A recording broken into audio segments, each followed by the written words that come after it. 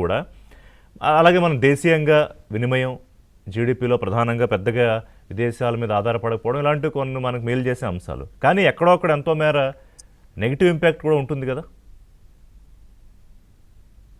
అంటే ఇక్కడ ప్రధానంగా అంశాల వారీగా చూస్తే సరే ఓవరాల్ గా నిన్న మార్కెట్ల పతనంలో మనకి పతనం ఉంది. దానిలో కూడా రూపాయి విలువ చూసుకునేటట్లయితే 0.6%, అంటే 2025 లో ఏదైతే రూపాయికి కొంత గెయిన్ అయిందో డాలర్ తో పోలిస్తే అది మళ్ళీ పోయింది మొత్తం.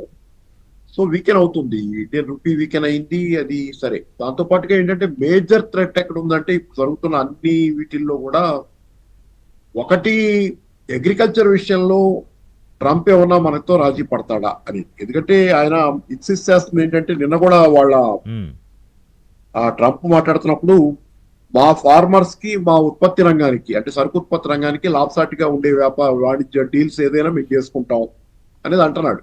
అంటే భారతదేశానికి మాత్రం ఆయన మినహాయింపు ఇచ్చే అవకాశాలు లేవు. భారతదేశం ఏదో మన స్నేహం చెబుతున్నాం కానీ 26% టారిఫ్ వేసిన రోజు మనకి మినహాయింపు ఇవ్వడం అనేది ఆయన అందరితో పాటే మనల్ని చూస్తున్నాడు అనేది అందరూ ఒకటే.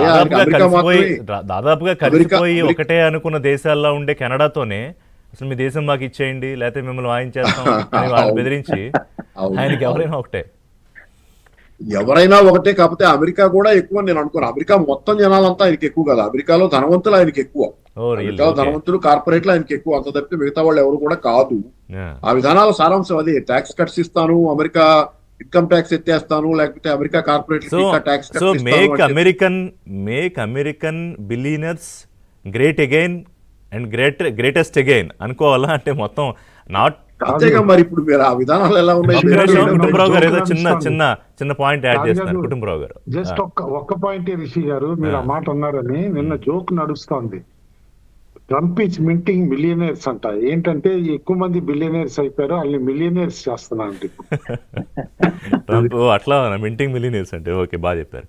ఓకే, తర్వాత అంటే మనకి అగ్రికల్చర్ లో రిస్క్ చాలా ఉంది సార్. ఎందుకంటే అతను కనుక అగ్రికల్చర్ లో పట్టుబడితే కనుక ఇంకా అది అవ్వాలా, మన చర్చలు ఇంకా నడుస్తున్నాయి.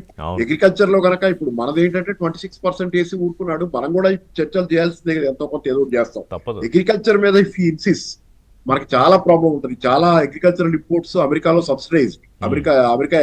American agriculture subsidized agriculture. American dairy farming అంటే మన కోట్లాది మంది డైరీ ఫార్మింగ్ లో ఉన్నారు. మన కోట్లాది మంది పేద రైతు కుటుంబాల్లో పాడి చేయటం అనేది, పాలు అమ్ముకోవటం, పెరుగు అమ్ముకోవటం, లేకపోతే నెయ్యి అమ్ముకోవటం, ఈ చాలా జీవనాధారమైనటువంటి విషయాలు. ఒక రకంగా చెప్పాలంటే వ్యవసాయం నుంచి 3,000 రూపాయల చిల్లర వస్తుంటే ఒక 10,000 రూపాయల ఆదాయంలో ఒక రైతు కుటుంబానికి వచ్చే సగటు నెలవారీ ఆదాయం కుటుంబానికి వచ్చేది 10,000 రూపాయలు భారతదేశంలో యావరేజ్ గా.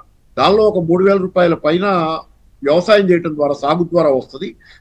అట్లాగే మళ్ళీ డైరీ ద్వారా కూడా అంటే పాడి పంట, గేదెలు పెంచడం, లేకపోతే కోళ్లు పెంచడం, ఇట్లాంటి పనులు చేయడం ద్వారా ఇంకో 3,000 పైన వస్తుంది. అంటే దరిదాపుగా వాళ్ళు సాగు చేసినంత దాని మేరకు పాడి ద్వారా వస్తుంది. ఇట్లాంటి పాడి పరిశ్రమ దెబ్బతింటుంది భారతదేశంలో. పాలు గనక అమెరికా నుంచి పాల ఉత్పత్తులు, చీజ్ లాంటి, బటర్ లాంటి ఎన్ని కనుక వచ్చి పడితే భారతదేశ పాడి పరిశ్రమ సర్వనాశనం అయిపోద్ది. ఎందుకంటే అమెరికన్ పాడి పరిశ్రమలో $10 బిలియన్ల మేరకు.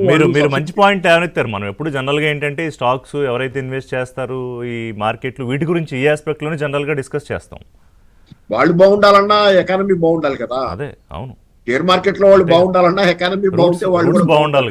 వాళ్ళ నుంచి కాకుండా తలకిందులుగా కాకుండా భూమి మీద నిలబడాలోచిస్తే ఏంటంటే ఎకానమీ బాగుండాలంటే అగ్రికల్చర్ బాగుండాలి భారతదేశానికి. ఇది కొంచెం ఇబ్బందికరమైనటువంటి పరిస్థితి మనకు వచ్చేది. అదే కాకుండా మీరు చూడండి, చికెన్ లెగ్స్ మొన్న కుటుంబరావు గారు కూడా ఒక చోట ప్రస్తావించారు. మనం చికెన్ లెగ్స్ ఇండియాలో ఇష్టపడతారు, బ్రెస్ట్ అమెరికాలో తింటారు, లెగ్స్. ఆ లెగ్స్ వచ్చి పడ్డా భారతదేశంలో మళ్ళీ అమెరికన్ స్టైల్లో దాన్ని చేస్తే కనుక ఇప్పుడు ఎన్నున్నా కాదు. ఇక్కడ ఎంత బ్రహ్మాండంగా ఏవో బ్యాంబూ చికెన్ లో ఏవో రకరకాలు ఉంటాయి. Actually don't know much details, but కేఎఫ్సీఏ ఫేమస్ కదా. అందరూ కేఎఫ్సీ మీద వైపే పరుగులు.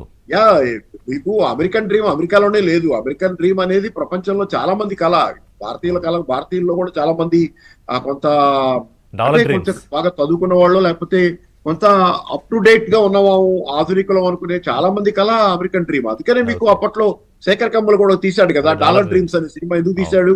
చాలా మంది కళ అమెరికన్ కళ, చాలా మంది కళ డాలర్ అనేది, అమెరికా డాలర్ అనేది చాలా మందికి అసలు సిసలైనటువంటి ఎంపవరింగ్ ఇది. డాలర్ డ్రీమ్స్ తీశాడు శేఖర్ కమ్ముల్ ఆ రోజు. సో ఇదంతా ఉంది. మరి ఇదంతా ఏమవుద్ది అనేది ఇప్పుడు Okay, ఆల్రెడీ okay. మనకి H1 వీసాలకి గ్రీన్ కార్డులు భారతీయులకి చాలా ఇబ్బందులు మొదలైనవి. We are in tension. కాకపోతే ఈ గొడవల్లో పడి టారిఫ్ల గొడవలు, మార్కెట్లు అవన్నీ పక్కకి వెళ్ళిపోయి ఇప్పుడు ఓన్లీ ఒకటే ఏంటంటే మన అంటే మన పురాణాల్లో చెప్తాం కదా, ఏదో రామబాణము అస్త్రాల్లాగా ఇప్పుడు ఒకటే మొత్తం ప్రపంచం అంతా ట్రంప్ టారిఫ్సే. సో సంజయ్ గారు అది అందుకని ఏంటంటే దీని వెనక మన కనపడని కోణంలో బాధ, మన బాధ ఇండియన్ స్టూడెంట్స్ లేకపోతే ఇండియన్ జాబ్ హోల్డర్స్ ఉన్నాయి అవన్నీ H1 వీసాలు కదా ప్యారలల్ కదా. సో సంజయ్ గారి కొంత ఎవరికైనా సపోర్టర్స్ ఉంటారనుకోండి, అది ఏ దేశంలో అయినా ఎంత